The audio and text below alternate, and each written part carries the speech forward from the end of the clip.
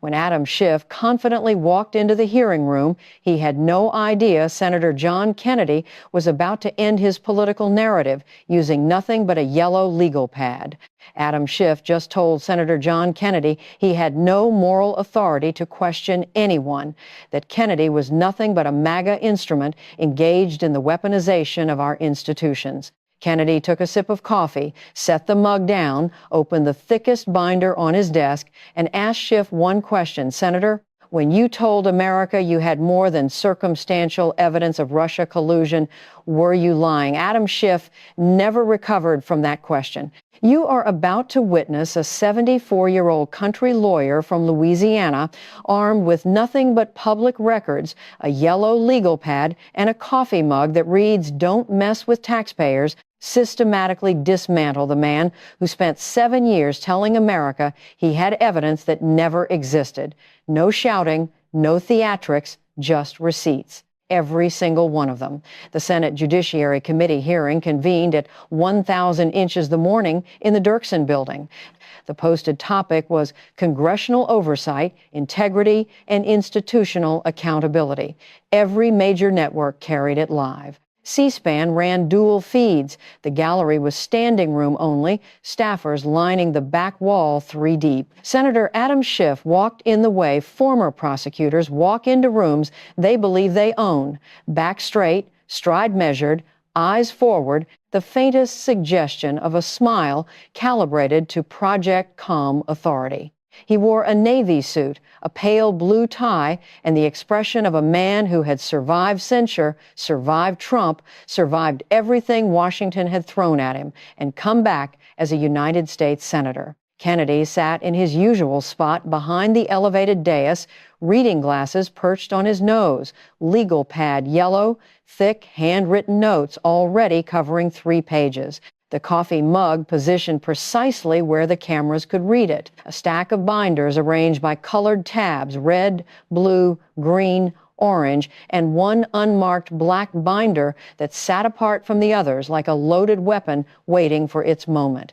Schiff's opening statement ran 4 minutes, polished, rehearsed, every clause balanced like a legal brief. He called the hearing a continuation of the MAGA project to weaponize congressional oversight. He said Kennedy represented the erosion of institutional norms. He described himself as someone who had dedicated his career to accountability and the rule of law. His voice never wavered. His hands never moved. He was a man performing competence, and the performance was flawless. Kennedy wrote 3 words on his legal pad. He underlined them twice. When Schiff finished, a scatter of applause came from the Democratic side.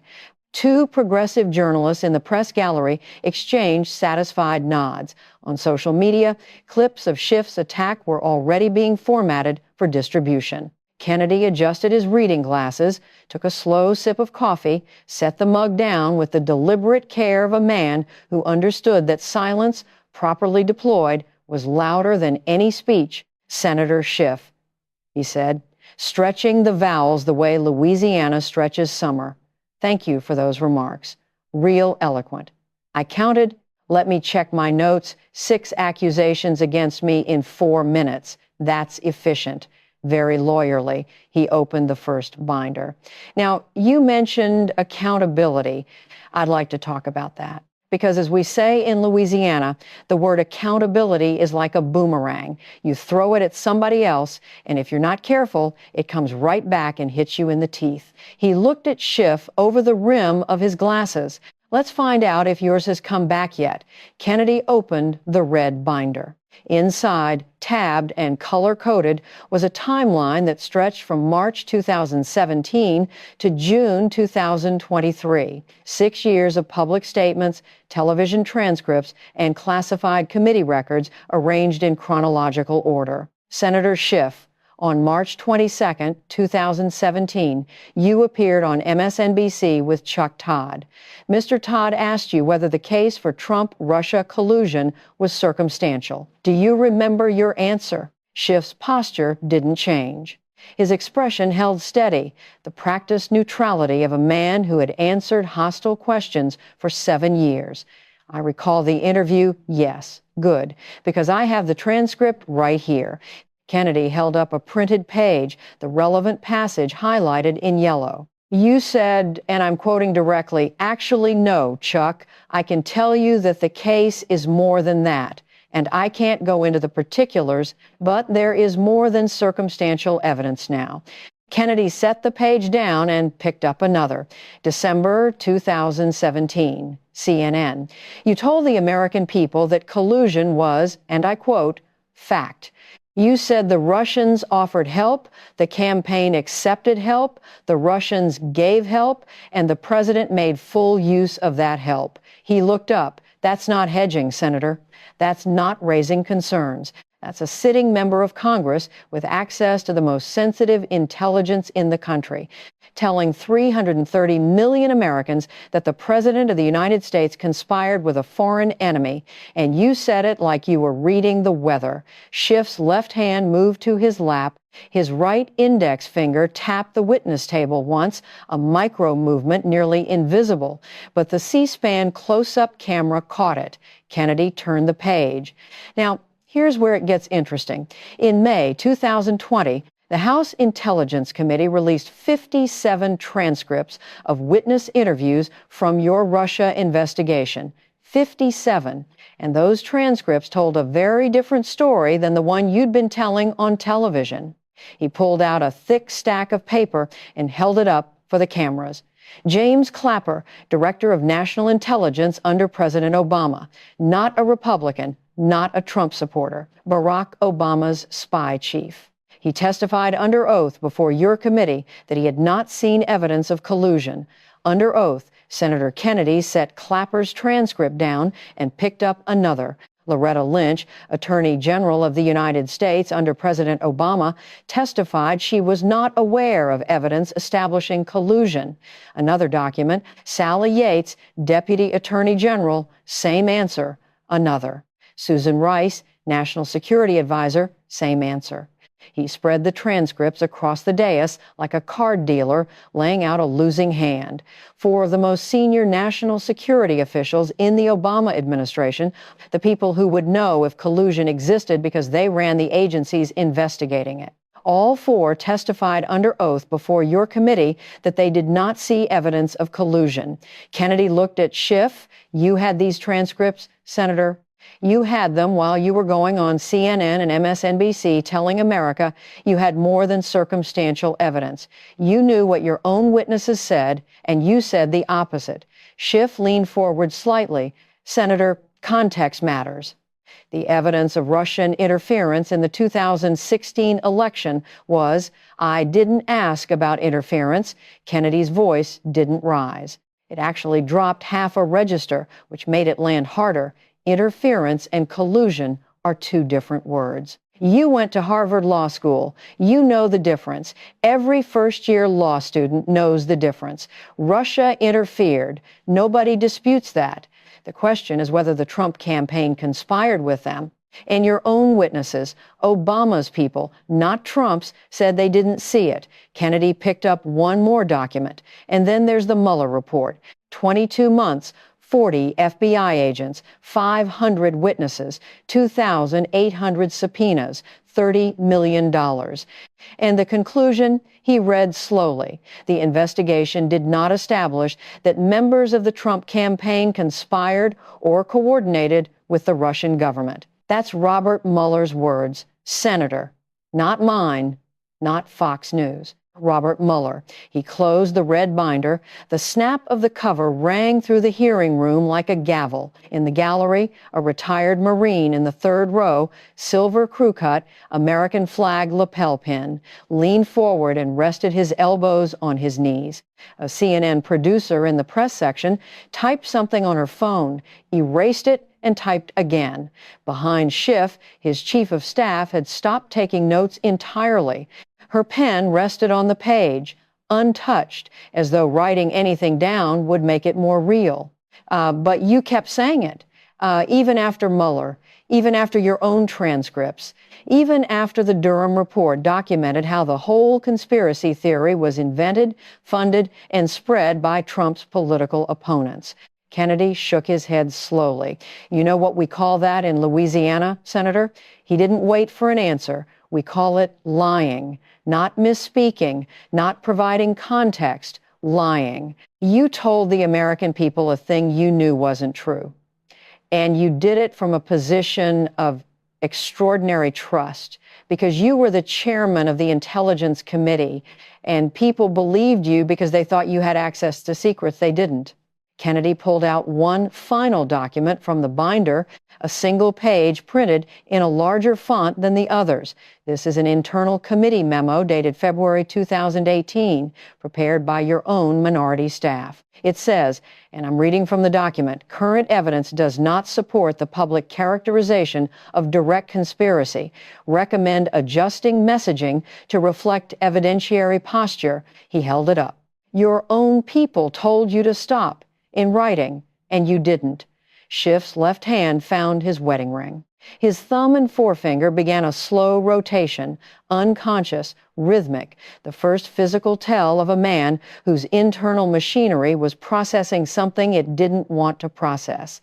Senator Schiff, if somebody in Louisiana told his neighbors for 3 years that the man down the road was stealing cattle, and then it turned out the man never stole a single cow, and then it turned out the accuser knew it the whole time. Well, Kennedy picked up his coffee mug. We'd have some questions for the accuser, wouldn't we?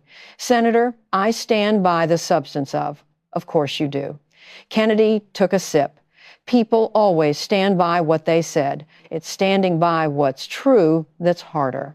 On to the next subject. Kennedy opened the blue binder. He did it slowly, as though the pages inside weighed more than papers should. Senator Schiff, September 26, 2019, you chaired a hearing of the House Intelligence Committee. Acting Director of National Intelligence, Joseph McGuire, was your witness. The subject was the whistleblower complaint about President Trump's phone call with Ukrainian President Zelensky. Schiff's posture was still upright, but the crease between his eyebrows had deepened. His blink rate, which C-SPAN's cameras tracked whether he wanted them to or not, had increased from its baseline. The White House had released the transcript of that call the day before. Every American with an internet connection could read it. Every journalist had it. Every member of Congress had it. Kennedy held up a printed copy of the transcript. This is what the president actually said. He set it down on the left side of his desk. Then he held up another document, and this is what you told the American people, the president said. He set it on the right side. 2 documents side by side. You looked into the camera, Senator. You appeared to be reading from the transcript, and you said, quote, I have a favor I want from you, and I'm going to say this only 7 times, so you better listen good. I want you to make up dirt on my political opponent. Understand? Lots of it on this and on that. Kennedy looked at Schiff over his glasses. The president never said any of that. Not one word. You made it up. You invented dialogue and presented it to the American people as though it were the president's actual words. That was clearly a rhetorical. You didn't say it was rhetorical. You didn't say, I'm going to paraphrase for dramatic effect. You sat in the chairman's chair, you looked at the camera, and you read fabricated quotes as though they were real. Congressman Mike Turner had to stop you. Someone texted him during your speech and asked, is he just making this up? And the answer was yes. Kennedy pulled out a printed screenshot. When Turner called you out, you said, and I have it right here, my summary of the president's call was meant to be, at least part, in parody. Parody. Kennedy let the word hang. The chairman of the House Intelligence Committee fabricated presidential quotes during an impeachment hearing and called it parody. The hearing room was absolutely still. A camera shutter fired from the press gallery. A single click that sounded like a bone breaking. But that's not even the most embarrassing part, Kennedy continued, reaching deeper into the blue binder. April 2017. You received a phone call. The caller identified himself as Andriy Paruby, the chairman of the Ukrainian parliament. He told you the Russian government had compromising photographs of President Trump, inappropriate photographs. Kennedy paused just long enough for the word to register. You didn't hang up. You listened for 8 minutes. You discussed the details with obvious interest, and then you told the caller, I have the transcript of this call because it's been public since 2018. Obviously, we would welcome the chance to get copies of those recordings. And you told your staff to follow up, which they did the next day. He held up the call log. The problem, Senator, is that Andrei Parubi was actually two Russian comedians named Vovan and Lexus. They're professional pranksters. They've fooled senators, ambassadors, and celebrities. But you, the ranking member of the House Intelligence Committee, the man responsible for overseeing America's entire intelligence apparatus, you were so hungry for dirt on the president that you spent 8 minutes discussing compromising material with two comedians pretending to be Ukrainian. Schiff's smile, the professional, camera-ready smile that had carried him through 1,000 hostile interviews, was gone. In its place was a thin, straight line, the expression of a face trying very hard to express nothing. Your staff followed up with these pranksters at least 4 times before they realized the source was fake, Kennedy said, holding up communication logs for contact. You sent congressional staff to pursue material from a source you never verified. And you're the man who chaired the Intelligence Committee. Kennedy set down the logs. So let me make sure I'm tracking this correctly, Senator.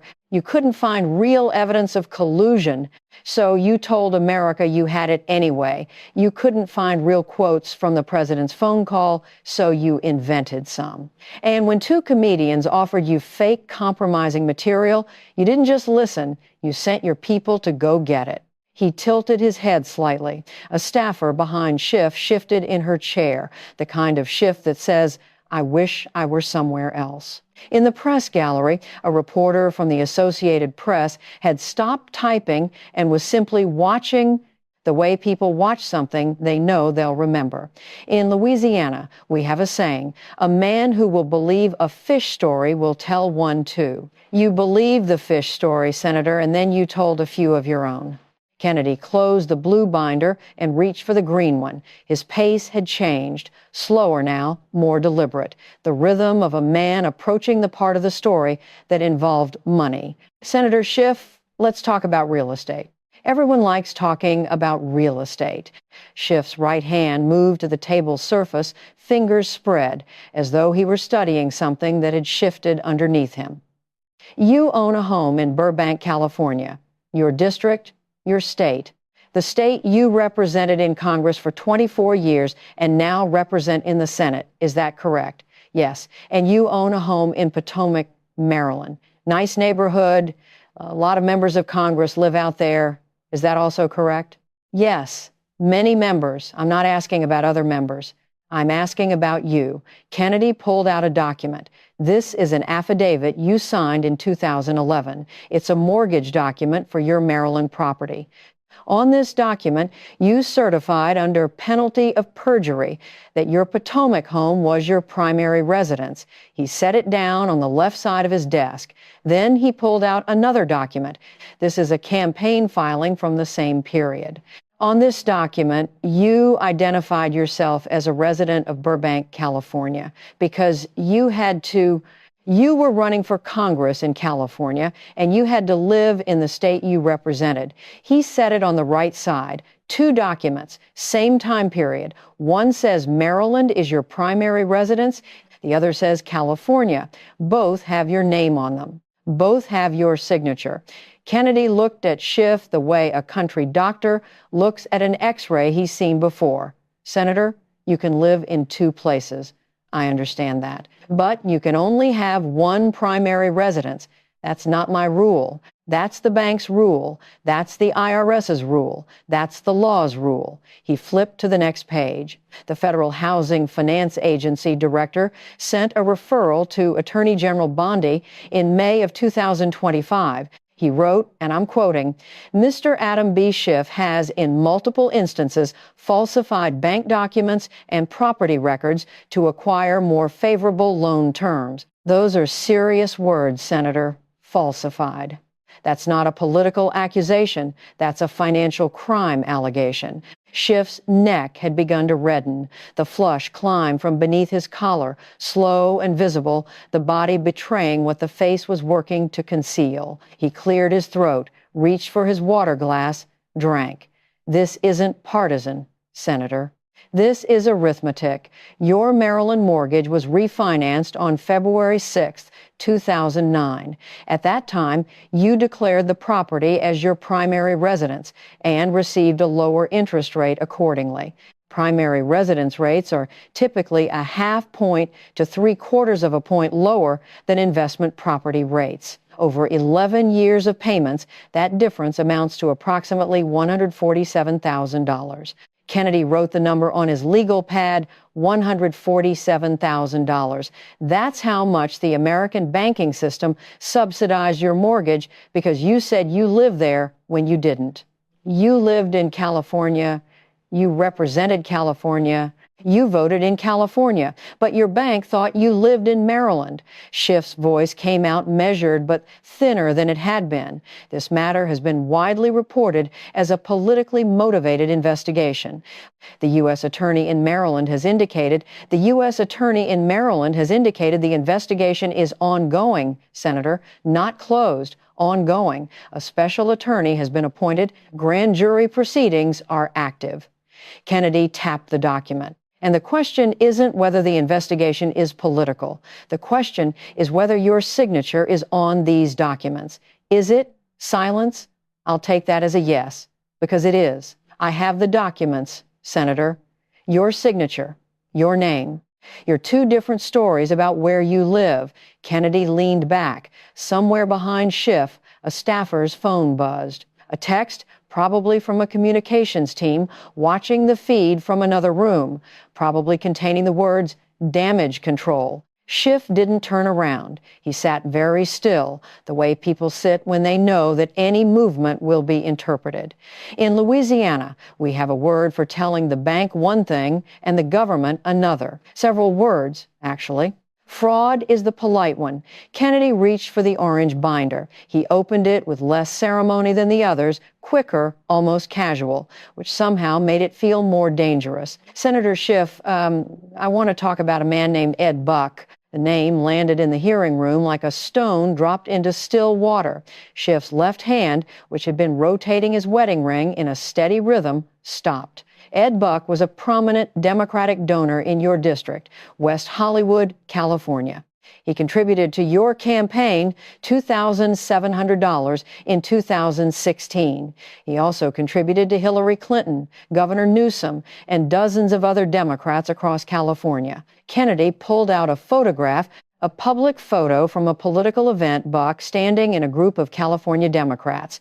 You knew him. You attended events at which he was present. He was part of the donor ecosystem in your district. I donated that money to charity after his arrest, Schiff said. His voice had recovered some of its professional tone, but it was operating at a higher register than it had started the morning. After his arrest, Kennedy repeated. In September 2019, let's talk about what happened before his arrest. He pulled out court documents. July 27th, 2017, Gemmel Moore, 26 years old, was found lifeless in Ed Buck's apartment. A fatal reaction to illicit substances. The coroner initially ruled it accidental. Kennedy set down the report January 7th, 2019.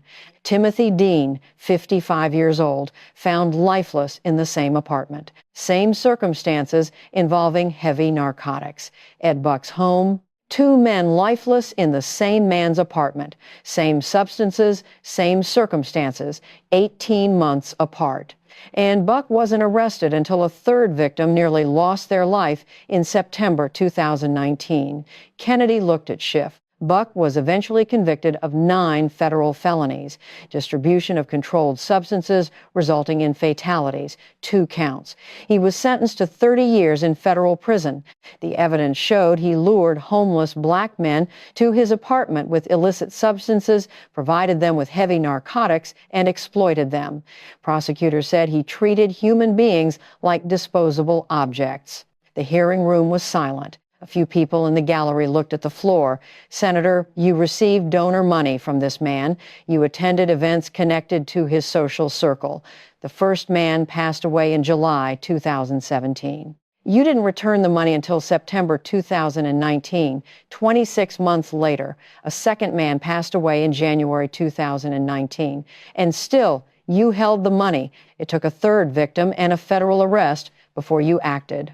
Kennedy pulled out a fundraising calendar, internal event schedules from California Democratic circuits. Donor events in the West Hollywood area connected to Buck's social network continued throughout 2018. Your campaign's presence at 3 of these events is documented in these schedules. Schiff's forehead had developed a fine sheen under the hearing room lights.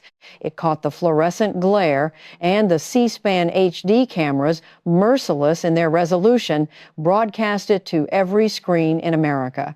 I'm not accusing you of knowing what Buck did behind closed doors, Senator. I want to be clear about that.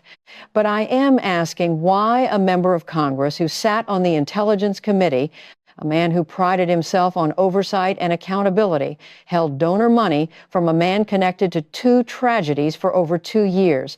Kennedy shifted to the censure. And then there's the matter of how you handle institutional punishment. June 21st, 2023, the House of Representatives voted to censure you, 213 to 209. You were required to stand in the well of the House while the resolution was read aloud. That resolution accused you of falsehoods, misrepresentations, and abuses of sensitive information. He pulled out printed emails. Within hours, Senator, your campaign sent the first of 36 fundraising emails mentioning the censure. 36. In the quarter that included your censure, you raised $8.1 million. You called it a badge of honor. Kennedy set down the emails. You were censured by the People's House for lying to the American public, and you turned it into an ATM. You monetized your own disgrace. He shook his head slowly. Behind Kennedy, Senator Grassley, who had seen more hearings than most senators had seen birthdays, removed his glasses and rubbed the bridge of his nose. It was the gesture of a man who had watched someone walk into something they should have seen coming. In Louisiana, when a child gets sent to the principal's office, they come home quiet. They sit at the kitchen table and think about what they did. They don't sell tickets to the whipping, but you, Senator, you sold tickets, you sold popcorn, and you sent thank you notes to everybody who bought one. 36 emails, $8 million, and you called the whole thing a badge of honor. He picked up one of the printed fundraising emails. This one went out the same day you were censured. The same day. The ink wasn't dry on the resolution, and you were already asking for money. The subject line reads, I won't be silenced. Senator, nobody silenced you. The House of Representatives told you that you lied, and you turned it into a marketing campaign. Kennedy closed the orange binder and set it aside. He removed his reading glasses, folded them, and placed them on the dais. For the first time all morning, he spoke without notes, without documents, without props. Just a man looking at another man across a room full of cameras. Senator Schiff, you walked in here today and called me a MAGA instrument. You said I represent the weaponization of institutions. You positioned yourself as the defender of accountability, the guardian of democratic norms, the adult in the room. His voice was quieter than it had been all morning, which, in the grammar of Kennedy's rhetoric, meant it was about to become the loudest thing in the building. So let's look at the record of the adult in the room. He raised one finger. You told the American people you had more than circumstantial evidence of Russian collusion. Your own witnesses, Obama's DNI, Obama's Attorney General, Obama's Deputy AG, Obama's National Security Advisor, all testified under oath that they saw no such evidence. You had their testimony. You went on television, said the opposite for 3 years. Second finger. You fabricated quotes from a presidential phone call during an impeachment hearing. When you got caught, You called it parody. The chairman of the Intelligence Committee making up presidential dialogue on live television and calling it a joke when it stopped being funny. Third finger. You were pranked by two Russian comedians who offered you inappropriate photos of the president. You, the man in charge of protecting America's intelligence secrets, spent 8 minutes discussing fabricated compromat with strangers and sent your staff to collect it. 4 follow-up contacts before anyone realized the source was fake. Fourth finger. You signed mortgage documents declaring 2 different states as your primary residence. The FHFA referred your case to the Attorney General. A special attorney has been appointed. A grand jury is active. The investigation is ongoing. Fifth finger, the whole hand now open. You held donor money from a man convicted of exploiting vulnerable men with heavy narcotics until 2 people lost their lives and a third nearly succumbed. And when the House of Representatives censured you for your conduct, you sent 36 fundraising emails in a single quarter and called your own punishment a badge of honor. Kennedy let his hand drop. Senator Schiff, you came here today to talk about accountability. But accountability isn't a speech you give. It isn't a press conference you hold. Accountability is a mirror you look in. And I don't think you've looked in that mirror in a very long time. Schiff opened his mouth. Senator, I have dedicated my career to what, Senator? Kennedy's voice didn't rise. It didn't need to. What have you dedicated your career to? Because based on the evidence, your words, your documents, your signatures, the thing you've dedicated your career to is telling stories that aren't true and profiting from the consequences. He reached for his coffee mug, took a slow, measured sip, set it down.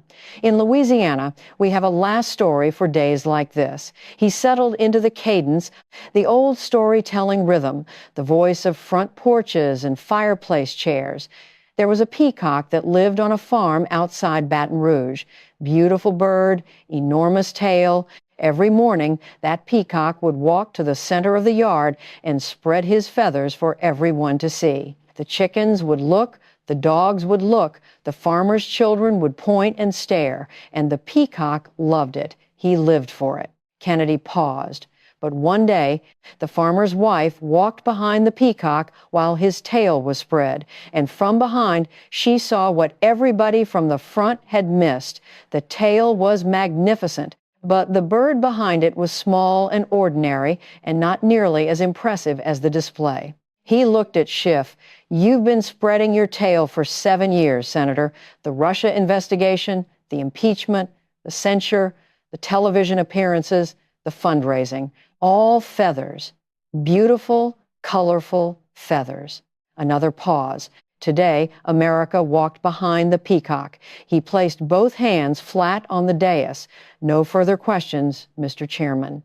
The hearing room sat in silence for 8 full seconds after Kennedy finished. Chairman Grassley looked toward the witness table. Schiff's legal counsel was leaning into his ear, whispering urgently. Schiff's posture, which had held through 2 hours of questioning like a levee holding against rising water, had settled. Shoulders lower, spine curved, the geometric precision of his morning entrance now something looser and less defined.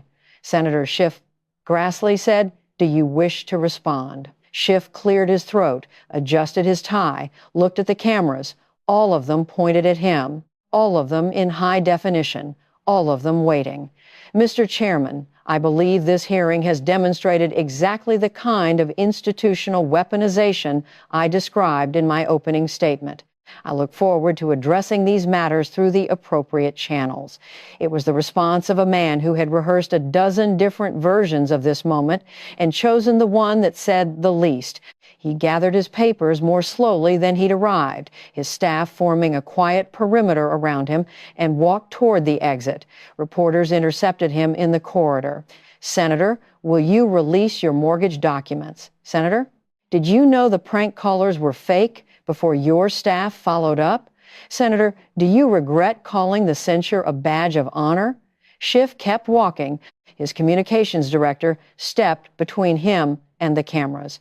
The senator will have a statement later today. The statement, when it came 4 hours later, was 3 paragraphs. It described the hearing as a partisan exercise designed to distract from the real threats to American democracy.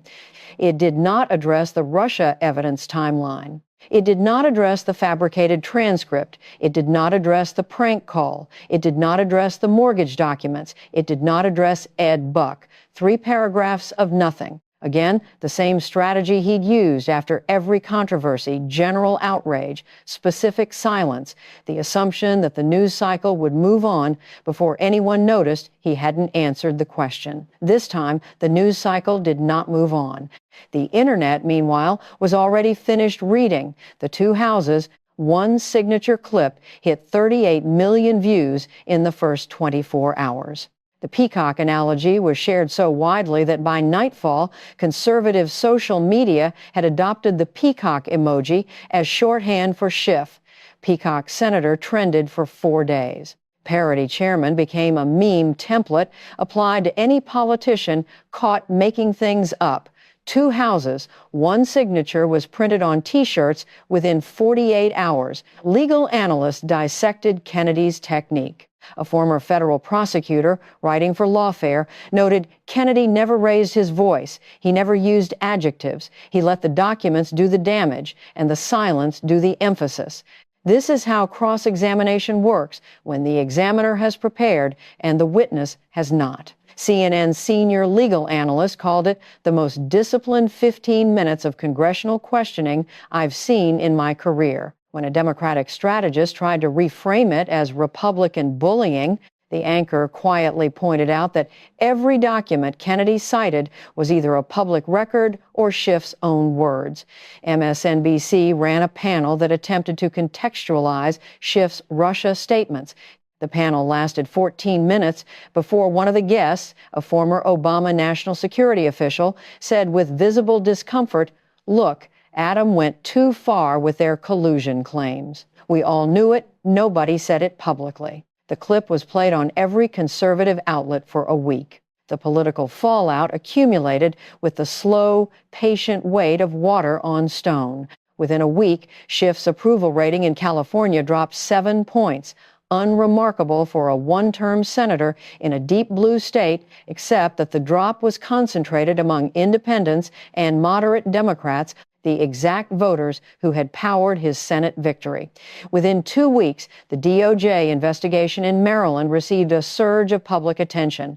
Bipartisan calls emerged for the special attorney to expedite the mortgage probe. 3 Democratic senators, none of whom would go on record, told Politico that Schiff needs to address the real estate issue directly and transparently. The Senate Ethics Committee opened a preliminary inquiry into the consistency of Schiff's financial disclosures. Within a month, a primary challenger materialized, Elena Castillo, a former assistant U.S. attorney from Los Angeles, Latina, 44, a prosecutor who had tried corruption cases, announced an exploratory committee with a video message that landed like a surgical strike.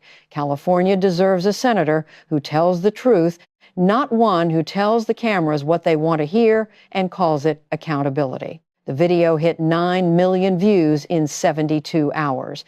Donor money that had been flowing to Schiff's re-election fund began quietly to redirect. The squad rallied around Schiff, but the support had the texture of obligation rather than conviction. Alexandria Ocasio-Cortez tweeted a general statement about standing against political persecution without mentioning any of Kennedy's specific charges. Rashida Tlaib posted and then deleted a defense of Schiff's Russia claims. The deletion was screenshotted and circulated before the original post had been live for 40 minutes. The most telling indicator came from Schiff's own social media. The man who had built a national brand on relentless digital combat, who had fired back at every Trump tweet, every Republican attack, every conservative media segment within minutes, went silent for 9 days. 9 days of nothing. When he finally posted again, it was a pre-recorded video about climate policy, shot in his Senate office with controlled lighting and no live questions. The comments section, which his team usually moderated with surgical precision, was overrun. Every third comment mentioned peacocks. Progressive media attempted the defense, but the geometry of the problem defeated them. Defending Schiff on Russia required arguing that more than circumstantial evidence didn't mean what it plainly meant. Defending the parody required arguing that fabricating presidential quotes during an impeachment hearing was acceptable congressional behavior. Defending the mortgage required arguing that claiming two primary residences simultaneously was a technicality, not fraud. Each defense opened a new wound. By the second week, most progressive outlets had pivoted to covering other stories entirely, which was its own kind of verdict. Kennedy, for his part, gave no victory tour. He returned to his office, closed the door, and resumed his normal scheduled constituent calls, committee markups, reading The Economist. When a Louisiana journalist called to ask about the hearing, Kennedy laughed, the quiet laugh of a man who genuinely found the question unnecessary. "I didn't do anything remarkable," he said. "I read public documents out loud. If reading a man's own words back to him destroys his career, that's not my doing. That's the word's doing. I'm just the fellow with the reading glasses." In a community college government class in Lafayette, Louisiana, a professor named Dr. Michelle Tran played the hearing for her students. She paused the video after the peacock story. "Why does this work?" she asked the room. A student in the third row raised his hand. "Because he never told you what to think. He just showed you the evidence and let you figure it out yourself." Dr. Tran nodded. That's cross-examination. That's the difference between telling someone they're wrong and showing them they're wrong. The first one starts an argument. The second one ends one. In Metairie, Louisiana, a retired oil field worker named Boudreaux Guidry watched the hearing from his La-Z-Boy recliner. He voted for Kennedy 3 times and would vote for him a 4th if given the chance. When Kennedy read the mortgage documents side by side, Boudreaux pointed at the television and said, "That's it. That's the whole thing, right there." 2 pieces of paper, and the man can't explain either one. When the peacock story came, Boudreaux laughed. The deep, satisfied laugh of a man who recognized the punchline before it was delivered, because he'd grown up around men who told stories exactly that way. "That's how you do it," he told his wife. "You don't yell at them. You just show them what they did and let him sit in it." His wife, who had been reading a magazine and not watching the hearing, looked up. "What happened?" "Kennedy happened," Boudreaux said. God bless Louisiana. She pressed play. The hearing resumed. 30 community college students watched a 74-year-old senator from Louisiana demonstrate that the most powerful weapon in American democracy isn't volume, isn't outrage, isn't social media, and isn't money. It's receipts. And Senator Kennedy brought every single one. If you made it this far, you've just watched what happens when a man who builds his career on performance meets a man who builds his career on preparation. One of them had television skills. The other had a filing cabinet. The filing cabinet won. Adam Schiff's problems are not over. The mortgage investigation is active. The grand jury is seated. The ethics committee is reviewing. And somewhere in Louisiana, a 74-year-old senator is probably reading briefing papers, drinking coffee, and waiting with the patience of a man who's been waiting his whole life for the next witness who confuses feathers with substance. God bless our veterans who know the difference between service and performance. God bless every teacher who shows their students that evidence is stronger than eloquence. God bless every American who still believes that a man's words should match his record, and that when they don't, somebody ought to say so out loud. He came to lecture, he came to respond. Only one of them had receipts. As they say in Louisiana, peacocks are beautiful from the front, but truth looks the same from every angle. And Senator Kennedy, he's probably sitting in his office right now, reading glasses perched on his nose, coffee getting cold on his desk, yellow legal pad filling up with notes for the next hearing. Because there's always a next hearing. And there's always someone who thinks their feathers are big enough to hide what's behind them. They never are. Not when the man asking the questions went to Oxford and talks like he went to a crawfish boil.